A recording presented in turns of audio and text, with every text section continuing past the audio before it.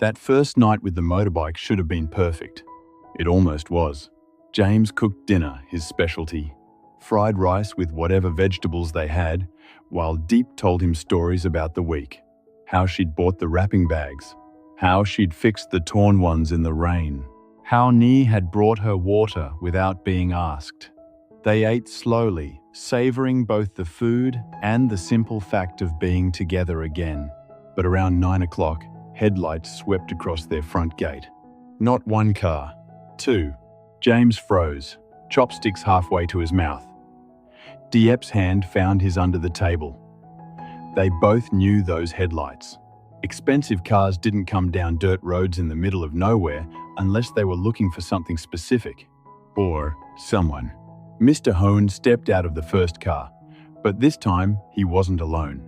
A woman emerged from the second vehicle, late 50s, elegant in the way city women are, wearing a silk blouse that probably cost more than James's motorbike. She carried a thick envelope, the kind that either changes your life or tests everything you believe in. James stood slowly. "Father." "Son."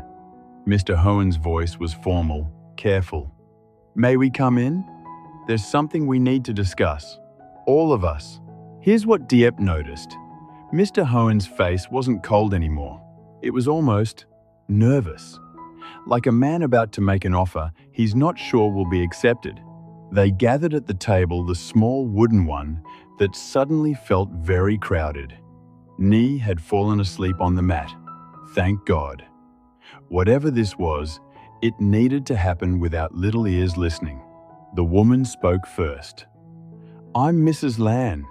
I work with your father's company." She placed the envelope on the table between them. "This is a contract, a business proposal, if you will." James didn't touch it. "What kind of proposal?" Mr. Hoan leaned forward.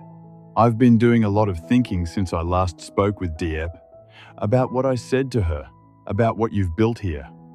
He gestured around the simple farmhouse. "I was wrong to test her. Wrong to think she'd fall apart.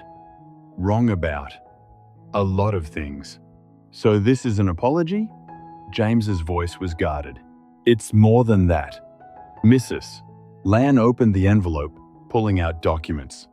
"Your father wants to invest in you, not in bringing you back to the city, in what you're building here." Diep's breath caught. She looked at the paper's contracts, bank statements, architectural drawings, plans for expanding their farm, a proper irrigation system, a larger chicken coop, equipment for processing and packaging their crops. Numbers that made her head spin. 200 million dong, Mr. Hoan said quietly. "Enough to turn this small farm into a real business. You'd keep full ownership, full control. I'm offering partnership, not control." The silence that followed was so thick you could cut it with a knife. James picked up one of the drawings. His hands weren't steady. "Why?" "Because I'm old," Mr. Hoan said simply. "Because I spent 30 years building an empire and I don't have anyone to leave it to." "Not really. You walked away and I was angry. But Diep helped me see something." He looked at her directly. "You didn't take my son from me. I pushed him away. And if I don't fix that now, I'll die alone in a big house surrounded by things that don't matter." Mrs. Lan added gently, "The terms are simple. Your father provides capital. You run the operation however you see fit. Profits are split 60/40 inches your favor. After 5 years, he sells you his share at a fixed price, essentially gifting you the investment. He wants to help you succeed, not trap you." Diep watched James's face go through a dozen emotions. Shock, suspicion, hope, fear. The same fear she'd felt when his father first showed up during that week alone. "There's a catch," James said. It wasn't a question. "No catch." Mr. Hoan spread his hands. "But there is a condition. If you accept, I want to be part of your life again. Not running it, just in it. I want to know my granddaughter. I want Sunday dinners sometimes. I want to watch you build something real. Here's the thing about offers like this. They sound perfect, almost too perfect. Like standing at a crossroads where one path is paved with gold and the other is the dirt road you've been walking hard, uncertain, but yours. Diep squeezed James's hand under the table. A silent question. What do you want? James looked at the papers, at his father, at Mrs. Lan, then at Diep. Can we have time to think about it? Of course. Mr.Hoan stood, and for the first time since Diep had known him, he looked vulnerable. Take all the time you need. But James, I'm not trying to buy you back. I'm trying to do what I should have done years ago, support your dream, instead of crushing it. After they left, James sat at that table for a full hour, not speaking, just staring at the contract. The drawings, the numbers that could change everything. Diep made tea. Sat across from him, waited. Finally, James spoke. What do you think? I think, Diep said carefully, that your father is scared. Scared he's running out of time. Scared he'll lose you forever. And maybe he's actually trying to do the right thing. But, she smiled slightly, but I also think we need to decide who we want to be.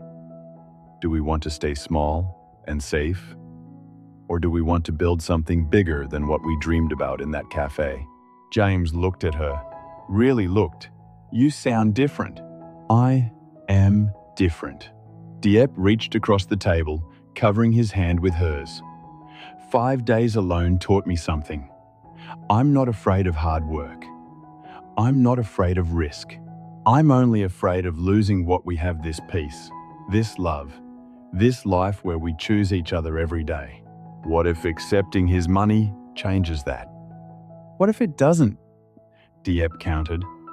What if it just gives us more tools to build what we already started? The question hung in the air like dawn breaking. They didn't sleep that night. Not because they were arguing they weren't, but because the contract sat on the table like a third person in the room, demanding attention. James would get up, pace to the window, come back. Diep would make tea, pour it, let it go cold. Around 3 in the morning, they finally started talking. Tell me what scares you most, Diep said. James exhaled slowly. That it's a trap. That he'll invest, we'll build everything, and then he'll find a way to take control. That I'll wake up one day and realize I'm right back where I started in his world, playing by his rules. Okay, Diep nodded. Now tell me what you want most. Harder question. James was quiet for a long time. I want to give you everything. A real house. Security. I want Nee to go to good schools. I want us to not worry every time it rains whether the crops will survive. He paused. I want to prove that choosing this life wasn't naive. That we can actually build something that lasts. Can we do that without his money? Yes, James said immediately. Then, more honestly. But it'll take 10 years instead of 3. And there's no guarantee. One bad season, one illness, one accident, we could lose it all. Here's what Diep understood in that moment. This wasn't really about money. It was about James's relationship with his father. About whether love could exist without control. About whether a man who'd spent his whole life demanding obedience could learn to offer support instead. What did your father say to you on the phone? Diep asked. When he called after visiting me? James looked surprised. How did you know we talked? Because you told me he said I was the strongest woman he'd ever met, but you said there was more. James rubbed his face. He told me that when he saw you wrapping those pineapples alone, he realized something. That strength isn't about never needing help. It's about knowing when to accept it and when to refuse it. He laughed bitterly. Coming from him, that was rich. The man who never asked for help in his life. Maybe that's why he's offering it now, Diep said quietly. Because he finally learned the lesson. They sat with that for a while. Then James said, if we do this, if we accept we need rules, clear ones, written down, Not just in a contract, but between us and him. Like what? Like, he gets no say in how we raise Nee. No pressure about schools or careers or who she should marry someday. Like, if he criticizes you, even once, the deal is off. Like, Sunday dinners are optional, not mandatory. We come when we want to, not when he demands it. Diep felt something warm spread through her chest. This was James choosing her, choosing their life. Even while considering his father's offer, he was drawing boundaries, protecting what they'd built. And if he agrees to all that? She asked. Then maybe. James reached for her hand. Maybe we try. We take the investment. We build the farm. And if at any point it stops feeling like ours, if his help starts feeling like control, we give it all back and walk away. You'd do that? Walk away from 200 million dong? James pulled her closer, pressing his forehead to hers. I walked away from billions for you. 200 million is nothing. The next morning, James called his father. We want to meet. All three of us. You, me, and Diep. And we have conditions. Mr.Hoan arrived at noon, alone this time. He sat across from them at that same table, and James laid out the rules. Every single one. No control over Nee's upbringing, no criticism of Diep, no mandatory family obligations, full autonomy in business decisions. And the big one, at any point, for any reason, they could return the investment and walk away with no strings attached. Mr.Hoan listened without interrupting. When James finished, there was a long silence. Then Mr.Hoan did something unexpected. He pulled out a pen and notebook. Say all that again, slowly. I'm writing it down. James blinked. What? You're right to have conditions. I'm writing them down so there's no confusion later. So I can't claim I forgot or didn't understand. Mr.Hoan looked up, and his eyes were clear. Honest. I'm old, James, and I'm trying to change, but I know myself. I know I'll want to interfere. I'll want to give advice that sounds helpful, but is really control. So, write down your boundaries. Make them clear. And when I cross them, because I probably will, you can point to this list and tell me to back off. Diep watched James's face soften slightly. This was real. His father was actually trying. They spent the next 2 hours going through the contract line by line. Mrs. Lan had drawn it up carefully, but they added clauses. Exit terms. Decision-making authority. What happened if they had disagreements? Mr.Hoan agreed to everything. Everything. At one point, Nee woke up from her nap and wandered over, rubbing her eyes. She looked at Mr.Hoan curiously. Who's that, Papa? James hesitated.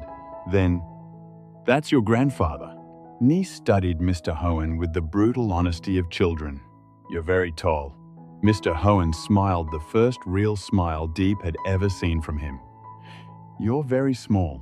I'm growing, Nee announced seriously. Mama says I'm getting bigger every day.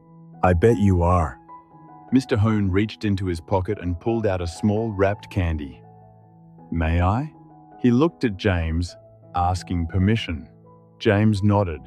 Mr.Hoan handed the candy to Nee, who took it with a polite thank you before running off to play. It was such a small moment, but it mattered. It showed he could ask, could wait for permission, could respect boundaries, even in something as simple as giving candy to his granddaughter. That evening, after Mr.Hoan left with signed contracts and promises to start the work next week, James and Diep stood at the edge of their pineapple field. The sun was setting, painting everything gold. Did we just make a huge mistake? James asked. Maybe, Diep admitted. Or maybe we just made the bravest choice of our lives. How do you figure? Because the easy choice would have been to say no, to stay small and safe and never risk this peace we've built. She turned to face him. But we didn't choose easy. We chose to believe people can change, to believe your father actually means it, To believe we're strong enough to handle it if we're wrong. James pulled her close. When did you get so wise? 5 days alone with chickens and pineapples, Diep said, smiling against his shoulder. It gives you perspective. They stood there until the stars came out, holding each other, feeling the weight of what they'd just done. Tomorrow, the work would start. The expansion, the risk, the gamble that love could be stronger than control, that family could be chosen and rechosen, that broken things could actually be repaired. But tonight they just held each other and believed it was possible. The work started fast. Within 3 days, Mr.Hoan's team arrived not to take over, but to build. They came with irrigation pipes, lumber for an expanded chicken coop, and a contractor who actually listened when James explained what he wanted. Diep watched carefully, looking for signs that this was all a setup, that control would creep in disguised as help. But it didn't. Not yet, anyway. Mr.Hoan came by every other day, but he didn't give orders. He asked questions. What do you think about the placement here? Does this design work for your needs? Should we adjust this? Always asking, never demanding. It was strange, uncomfortable even, like learning to trust a dog that had bitten you before. But here's what changed things. The moment with the chicken coop. James had designed it himself, a larger structure that could house 50 birds instead of 10, with proper ventilation and nesting boxes. The contractor looked at the plans and frowned. This won't work, the man said. The roof pitch is wrong. Water will pool here during monsoon season. Before James could respond, Mr.Hoan stepped in. Then what do you suggest? The contractor pulled out a different design. More expensive, more complex, definitely better engineered. Mr.Hoan turned to James. It's your call. We can do it your way and risk problems later, or adjust the design now. Either way, I'm paying for it. You decide. That was the test, right there. James could have been stubborn, insisted on his original plan just to prove he was in charge, or he could have caved completely, let his father's money dictate every choice. He did neither. Show me both designs, James said. Explain the differences, then I'll decide. They spent an hour going through the options. James asked questions, good ones, technical ones that showed he'd actually learned construction during his week at that factory. Finally, he said, we'll use the contractor's roof design, but keep my layout for the nesting boxes. And I want to add a rain collection system here that neither of you thought of. The contractor nodded, impressed. Mr.Hoan just smiled. That night, Diep found James sitting on the porch, staring at the construction site. You okay? She asked. I think so. He sounded surprised. He really let me decide, even when I chose something different than what he would have done. That scares you. Yeah, James laughed softly. Because if he's really changing, then I have to change too. I can't keep seeing him as the enemy. I have to see him as, I don't know, a person trying. Diep sat beside him, their shoulders touching. People are allowed to try, even when they've hurt you? Especially then. 2 weeks into construction, something happened that tested everything. A storm came through, not as bad as the one that had threatened the pineapples, but strong enough to damage the half-built chicken coop. The roof frame they'd just installed collapsed. Thousands of dong worth of materials ruined. The contractor called James in a panic. We need to order new lumber. It'll cost another 30 million. And we'll lose a week of work. James felt sick. This was exactly what he'd been afraid of, one setback. And suddenly they were in deeper, more dependent on his father's money. He called Mr.Hoan, expecting, he wasn't sure what. Anger? Lectures about proper planning? A reminder that this was why James needed supervision? Instead, his father said, these things happen. Order the materials. I'll cover it. Just like that? Just like that. Mr.Hoan paused. Unless you want to handle it differently? James thought about it. No, I appreciate it. Thank you. You're welcome, son. That word, son. Not as a command, but as a connection. It hit James harder than he expected. After they hung up, Diep found him standing in the rain, just staring at his phone. What happened?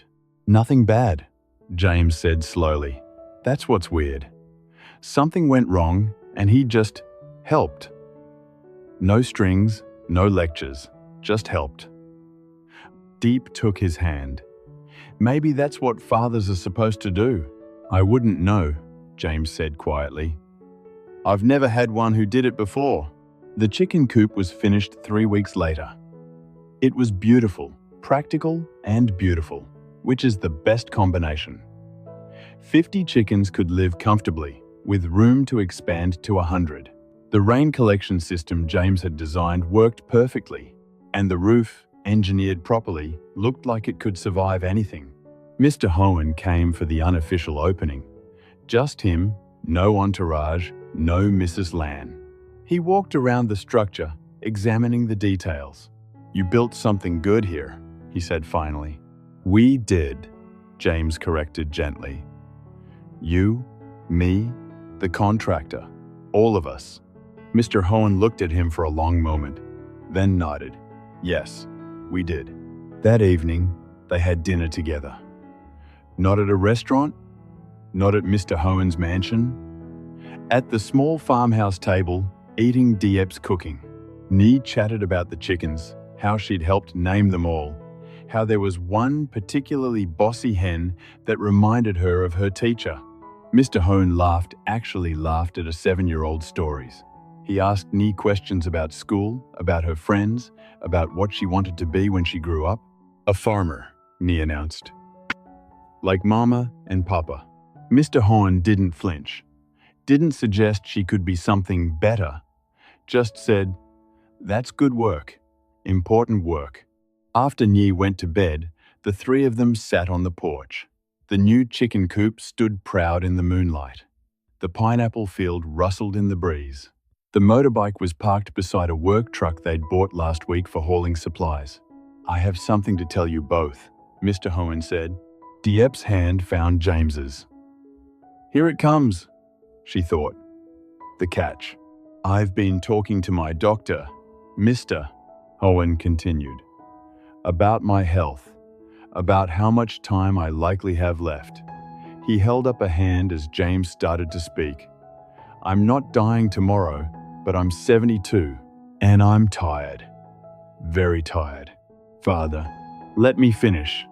Mr. Hoan's voice was gentle. I spent 50 years building an empire, and you know what I realized? Empires are cold. One go, they don't laugh at children's stories. They don't eat home-cooked meals. They don't stand in fields and feel proud of what they've made with their own hands. He looked at James. You were right to leave, right to choose this. And I was wrong to try to stop you. So I'm not asking you to forgive me. I'm just asking if I can be part of this, part of what you're building, not as an investor, as family. As the silence stretched, then James said, his voice rough, You already are, Father. You have been for weeks now. We just didn't say it out loud. Mr. Hoan's eyes shone in the darkness. Thank you. They sat there for a while longer. 3 people who'd been strangers learning to be family. It wasn't perfect. It wouldn't always be easy. Mr. Hoan would probably overstep sometimes, and James would probably push back too hard, and Diep would have to mediate. But that's what families do. They figure it out as they go. When Mr. Hoan finally left, James turned to Diep. We did it! We actually did it! Did what? Changed the ending. Everyone thought my story had to go one way, back to the city, back to his control. But we wrote it different. He pulled her close. We're writing it different. Diep smiled against his shoulder. What happens next in our story? I don't know, James admitted. But I know we'll write it together. You, me, Ni. And maybe, just maybe, My father too. Above them, stars wheeled across the sky. The farm slept peaceful and whole. And for the first time in a very long time, everything felt possible. Not because it was easy, but because they'd learned something important. You don't need perfect people to build a beautiful life. You just need people willing to try. And they were all trying. That was enough.